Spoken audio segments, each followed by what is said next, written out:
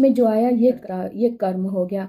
तो यहाँ पर मैं हट्टम या फिर आपणम गच्छामि में जाता हूँ, है ना। तुम कहाँ रहते हो, अब तुम के साथ तुम के अनुसार इसकी क्रिया आएगी।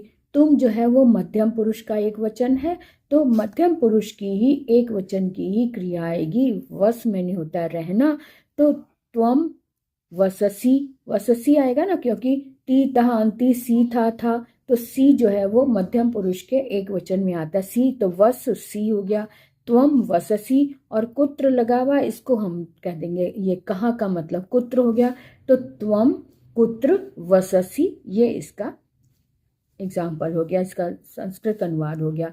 अब हम सब खेलते हैं, हम सब को क्या कहेंगे, उत्तम पुरुष का है, यानी मैं, हम दोनों, हम सब बहुवचन है, तो इसकी संस्कृत क्या होती है, वयम। और वयम क्योंकि उत्तम पुरुष का बहुवचन है, तो खेलने की क्रिया भी उत्तम पुरुष बहुवचन की ही रखेंगे हम। तो कैसे रखेंगे, खेलना यानी क्रीड हो गया, तो क्रीडा उत्तम पुरुष में क्या लाइन होती है, क्रीडामी, क्रीडावः, क्रीडामः, तो बहुवचन क्रीडामः हो गया, तो वयम क्रीडामः, ये इसका आंसर हो गया, क्योंकि इसमें सिंपल हम सब खेलते हैं। ये राम पढ़ता है, तो राम में यानी एक वचन है, और पढ़ता है सिंपल, यानी कि जो भी नाम होते हैं ना उसको भी हम प्रथम पुरुष में काउंट करते हैं, जैसे सह, वह, वे दोनों, वे सब, इसको प्रथम पुरुष में रखते हैं। तो जितने नाम होते हैं उसको भी हम प्रथम पुरुष में ही रखते हैं। तो रामः, और प्रथम पुरुष का एक वचन है, इसलिए पठति, ती तहांति वाला ती आ गया, पठति, तो रामः पठति, ये इसका अनुवाद हो गया। अब तुम दोनों कहाँ जाते हो, तुम दोनों आ गया, तुम दोनों यानी कि युवाम हो गया, और युवाम जो है वह मध्यम पुरुष का द्विवचन है, इसलिए मध्यम पुरुष के द्विवचन की ही क्रिया लगाएंगे। तो जाते हो यानी गम धातु लगेगी, गम के रूप गच्छ में चलते हैं, और मध्यम पुरुष में के द्विवचन में रूप होता है क्या, गच्छसी, गच्छथः, थः आ जाएगा, तो युवाम गच्छथः, और बीच में कहाँ लगा, इसकी संस्कृत होती है कुत्र, तो युवाम कुत्र गच्छथः, है ना। इसके बाद देखिए सीता पकाती है, पकाने की संस्कृत होती है पच, पच मैंने पकाना, पच धातु। अब सीता एक वचन है, स्त्रीलिंग है, यानी कि सीता भी एक नाम है, तो इसको भी हम प्रथम पुरुष एक वचन में लेंगे। तो सीता जो स्त्रीलिंग रूप होता है वो वैसा का वैसे ही लगा, इसमें कोई हल या विसर्ग नहीं लगेगा। तो सीता और प्रथम पुरुष एक वचन है, तो पचती, सीता पचती, ये इसका अनुवाद हो जाएगा। विद्यार्थी पढ़ता है, विद्यार्थी भी संज्ञा है ना, तो संज्ञा में भी ये भी एक नाम है, जातिवाचक नाम है, लेकिन नाम है, संज्ञा है, इसलिए इसको भी हम प्रथम पुरुष में रखेंगे, यानी विद्यार्थी ही, सिंपल विद्यार्थी और विसर्ग आ जाएगा, विद्यार्थी और पठती, क्योंकि प्रथम पुरुष के एक वचन में क्रिया लगती है, पठ धातु में पठती ना, तो विद्यार्थी ही पठती, इसका अनुवाद हो गया। अब आगे देखिए, परिश्रम से कार्य सिद्ध होते हैं। अब ये आपने कई बार श्लोक भी अपनी पुस्तकों में पढ़ा होगा, उद्यमेन ही सिद्ध्यन्ति कार्याणि नाही मनोरथै, है ना, सुप्तस्य सिंहस्य मुख्य मृगा न प्रविशन्ति, तो इस तरह से श्लोक में से भी आ जाता है। तो परिश्रम से जो है वो तृतीय व्यक्ति का सूचक है, यानी यहाँ पे से चिन्ह आ रहा है कि यानी परिश्रम के द्वारा कार्य सिद्ध होते हैं। तो परिश्रम शब्द में हम तृतीय व्यक्ति लगाकर लगा देंगे परिश्रमेण, और कार्य सिद्ध होते हैं क्योंकि बहुवचन है, तो कार्याणि, और सिद्ध होते हैं सिद्ध्यन्ति, तो परिश्रमेण कार्याणि सिद्ध्यन्ति, ये इसका अनुवाद हो गया। मैं क्रिकेट खेलता हूँ। अब यहाँ पर क्रिकेट के लिए हम जो प्रसिद्ध शब्द हो जाते हैं, इंग्लिश का शब्द है, लेकिन इसको हम जैसे हिंदी में भी हम एज इट इज़ यूज़ कर लेते हैं, तो संस्कृत में भी इसमें आप विभक्ति लगाकर एज इट इज़ कर सकते हैं। मैं अहम क्रिकेटम क्रीडामी, अहम क्रिकेटम क्रीडामी, ऐसे भी लगा सकते हो।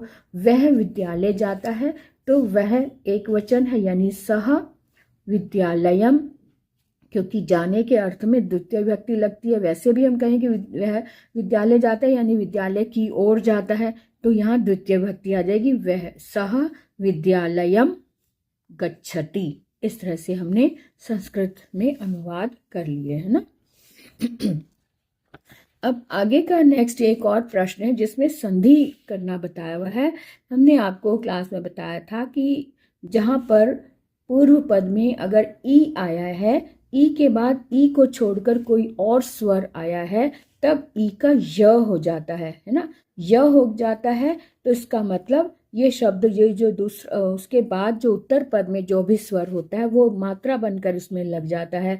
तो नदी में से ई निकाला, उसका य बना, य में अ मिलाया तो य पूरा हो गया, यानी द आधा रह गया, तो नद्यत्र ये शब्द बना, नद्यत्र, द आधा हो गया। लघु इदम है तो ऊ का जब पूर्व पद में ऊ होता है, उसके बाद ऊ को छोड़कर कोई और स्वर आए तब ऊ का व हो जाता है ना। यहाँ भी यण संधि है, ऐसे में यण संधि होती है। नदीयत्र में भी यण संधि, यहाँ भी यण संधि है, तो ऊ का व हो गया। व में ई मिला तो ई मात्रा बनकर, छोटी ई है तो छोटी ई, घ जो है आधा हो गया, लघु विदम ये शब्द बना, लघु विदम। ऐसी वधु आगच्छत है, इस बड़े ऊ का चाहे ऊ दीर्घ हो या फिर ह्रस्व हो, ऐसी ई ह्रस्व हो या दीर्घ हो, लेकिन ई के बाद कोई और स्वर है तो ई का य हो जाता है, ऊ का व हो जाता है। ये नियम है यण संधि का। तो यहाँ पर भले ही बड़ा ऊ आया है, लेकिन ऊ है इसलिए इस ऊ का व बन गया, तो वधवा गच्छत ये शब्द बन गया। वधवा ये जो आ है वो इसमें मात्रा बनकर लग गया, तो ऊ का व बना, व में आ की मात्रा लगी तो वा हो गया, आधा ध हो गया, वधवा गच्छत, इस तरह से शब्द बना। ऐसी मात्रा आ गया जब यण संधि में अगर पूर्व पद में री आया है, ऋषि वाला, उसके बाद कोई और स्वर है तो इस र का भी, इस री का र हो जाता है। र में आ मिला तो रा, आ बड़ा आ रा बन गया, ता जो था वो आधा बन गया, तो त्रा, मात्राज्ञा, इस तरह से शब्द बन जाएगा, मात्राज्ञा। यदि अपि, यहाँ भी ई आया है, इधर दूसरा स्वर है, कोई और स्वर है, तो इस ई का य बन गया, तो शब्द बना यद्यपि, है ना। यद्यपि ई का य बना, य में ये वाला आ मिल गया तो य पूरा हो गया और द आधा रह गया, तो यद्यपि ये शब्द बना।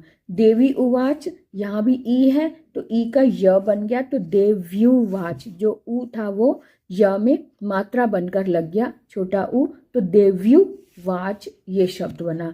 ऐसे सु आगतम है, यहाँ पर ऊ आया है तो इसका मतलब ऊ का व बना, तो ऊ का जब व बना तो व में ये वाला आ मिला तो वा पूरा दीर्घ हो गया ना, दीर्घ मात्रा लगी, और स आधा रह गया, तो स्वागतम ये शब्द बना, स्वागतम।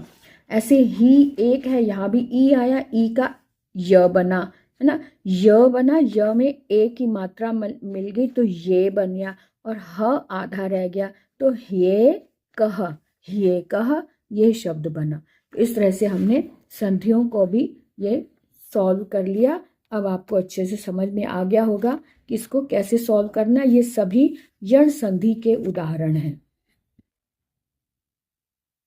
और अगर आपको मेरा वीडियो पसंद आए, आपको ये समझाए हुई बातें अच्छे से समझ आ रही हैं, तो इसको फॉरवर्ड भी करें, शेयर करें अपने दोस्तों में, और आप भी मेरे चैनल को सब्सक्राइब करके रखें, बेल आइकन पर ज़रूर जाएं ताकि, और ऑल को टच करें ताकि सारी वीडियोस आप तक भी सबसे पहले पहुंचे, आप भी उनका लाभ उठाएं। तो आज के लिए इतना ही, विराम लेते हैं, फिर मिलेंगे।